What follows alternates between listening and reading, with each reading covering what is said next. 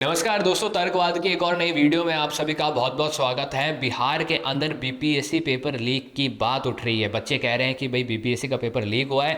ना तो बीपीएससी हमारी सुन रहा है कुछ, और ना ही एनडीए की सरकार जो बिहार के अंदर है वो कुछ सुन रही है। लेकिन इसी के साथ साथ जो अपोजिशन पार्टी के लीडर्स हैं बिहार के अंदर, वो इन बच्चों के साथ जुड़ चुके हैं, और वो पॉलिटिशियंस भी जुड़ चुके हैं जो पहले पॉलिटिकल एडवाइजर थे और अब सोच रहे हैं कि अब हम चलो पॉलिटिशियन ही क्यों ना बन जाते हैं, क्योंकि बिहार के अंदर आने वाले समय में चुनाव भी तो आने वाले हैं दोस्तों। तो आप इस वीडियो को पहले सब्सक्राइब लाइक कर दीजिए, सब्सक्राइब कर दीजिए चैनल को, और अब अपन वीडियो की तरफ बढ़ते हैं।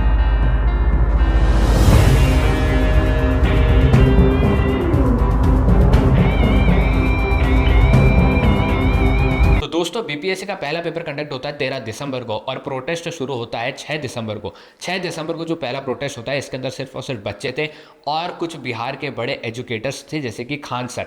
अब इस प्रोटेस्ट के अंदर डिमांड उठती है नॉर्मलाइजेशन कॉन्सेप्ट के खिलाफ। जो नॉर्मलाइजेशन बीपीएससी कहता है कि हम तो ऐसा कुछ कर ही नहीं रहे, लेकिन खान सर और बच्चे कहते हैं कि भाई उस समय 6 दिसंबर को जो प्रोटेस्ट हो रहा था, उस दौरान ये कहते हैं कि भाई बीपीएससी जो है नॉर्मलाइजेशन का कॉन्सेप्ट लेकर आने वाला है, जिसके अंदर मार्किंग स्कीम्स के अंदर छेड़छाड़ करी जाएगी। अब ये जो मार्किंग स्कीम है, ये तब कंडक्ट होती है नॉर्मलाइजेशन की जब पेपर 2 पारी में कंडक्ट होता है। लेकिन बीपीएससी ने कहा कि हम ऐसा कुछ करने नहीं वाले, और जब 13 दिसंबर को पेपर होता है तब पेपर एक ही पारी में कंडक्ट होता है, 2 पारी में कंडक्ट नहीं होता है। पेपर होता है 12 से 2 बजे के बीच में। लेकिन 13 दिसंबर को दोस्तों एक तगड़ी घटना होती है। वो घटना ये होती है कि बिहार का जो सबसे बड़ा एग्जामिनेशन सेंटर है, बापू परीक्षा परिसर, यहाँ पर 12,000 बच्चे बीपीएससी की परीक्षा देने आए थे। और जब पेपर स्टार्ट होता है तब इन बच्चों को जो परीक्षा के अंदर क्वेश्चन पेपर मिलना था वो बड़ा ही देरी से मिलता है, और यहाँ से अनुमान लगाए गए कि ये पेपर हो सकता है अब लीक हो चुका है। इसके बाद बच्चों ने प्रोटेस्ट करा, और ये प्रोटेस्ट काफ़ी आगे बढ़ा, और यहाँ पर बच्चों ने काफ़ी चीज़ें गिनाई। पहली चीज़ बच्चों ने ये गिनाई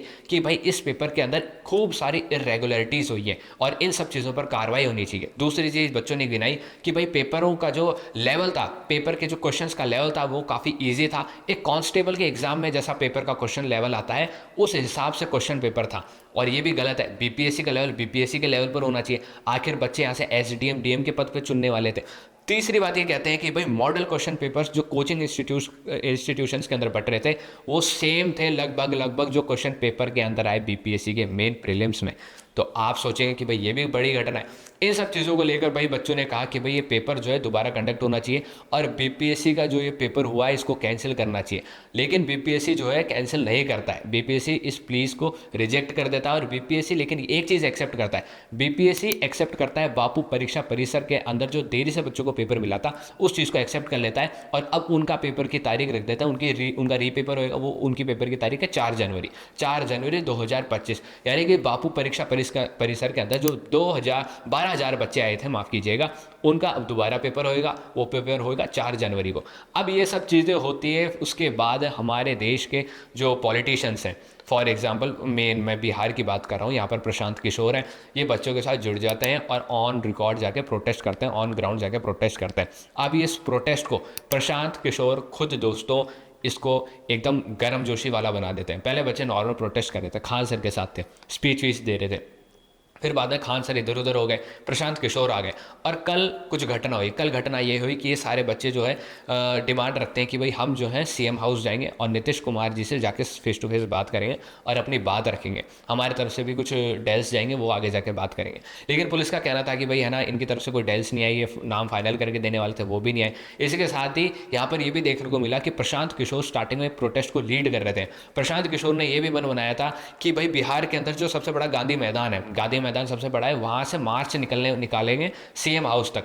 और ये जो मार्च था, पुलिस कहती है कि भाई इसकी कोई परमिट इनके पास नहीं था, इसका कोई भी परमिशन इनके पास नहीं था, और ये बिना परमिशन के मार्च निकालने वाले थे। और जब ये मार्च शुरू हुआ तब बच्चे भी आए, प्रशांत किशोर भी आए, लेकिन पुलिस को देख के प्रशांत किशोर अचानक से गायब हो जाते हैं और बच्चों पे लाठियां पड़ती हैं। जो फव्वारे पानी के चलाए जाते हैं वो बच्चों पे पड़ते हैं, और अगले दिन प्रशांत किशोर आते हैं और फिर जो है प्रेस कॉन्फ्रेंस करते हैं। तो आप देख सकते हैं ये जो पॉलिटिकल टर्न था, यानी जो प्रोटेस्ट चल रहा था, इसका जो पॉलिटिकल टर्न था, ये प्रशांत किशोर किस तरह अपनी तरफ लेकर आ गए। क्योंकि आने वाले समय में दोस्तों बिहार के अंदर चुनाव आ रहे हैं, और प्रशांत किशोर बिल्कुल ये नहीं चाहते कि उनके हाथ से इतनी बड़ी अपॉर्चुनिटी जाए, एक पब्लिक फेस बनने की अपॉर्चुनिटी जाए। इससे पर प्रशांत किशोर के बारे में अगर आप नहीं जानते तो आपको बताता हूँ, ये एक पॉलिटिकल एडवाइजर थे और उन्होंने कई पॉलिटिशियंस के करियर बनाए, उनको एडवाइस कराए।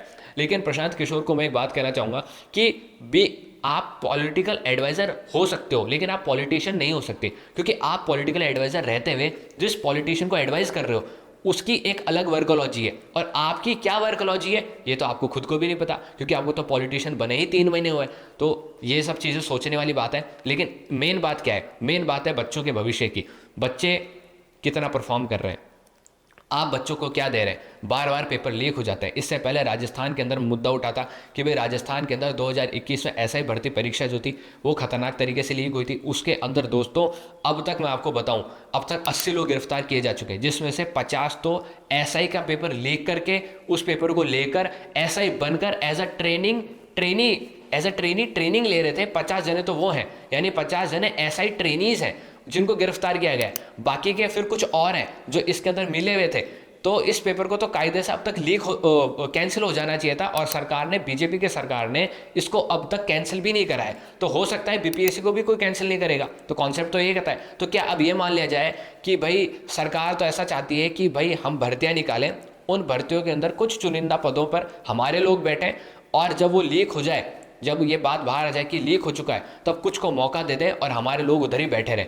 अब हो सकता है राजस्थान में भी यही हो रहा हो। तो ये सब चीज़ें क्या निकल कर आ रही है कुछ समझ नहीं आ रहा है। लेकिन एक चीज़ प्रॉपर तरीके से समझ आ रही है कि भारत का नेता नहीं चाहता कि देश के युवा को तगड़ी अच्छी तरीके से, प्रॉपर तरीके से कोई जगह मिले, वो सरकारी नौकरी की तैयारी करे, क्योंकि माहौल ही नहीं बन रहा। लगातार यही देखने को मिलता है कि भाई पेपर लीक हो रहे हैं, पेपर लीक हो रहे हैं, और जहाँ पेपर लीक हो जाते हैं वहाँ कार्रवाई होती है। कार्रवाई पुरानी सरकार नहीं करती, नई सरकार आगे करती है, और नई सरकार कार्रवाई भी करती है, लोगों को गिरफ्तार भी कर लेती है, लेकिन पेपर कैंसिल नहीं करती। तो हो सकता है जो 80 के अलावा और भी लोग हों राजस्थान के अंदर। बीपीएससी का क्या आगे अपडेट आता है हम आपके लिए ज़रूर लेकर आएंगे। आप तारिक वाद को सब्सक्राइब कर लें।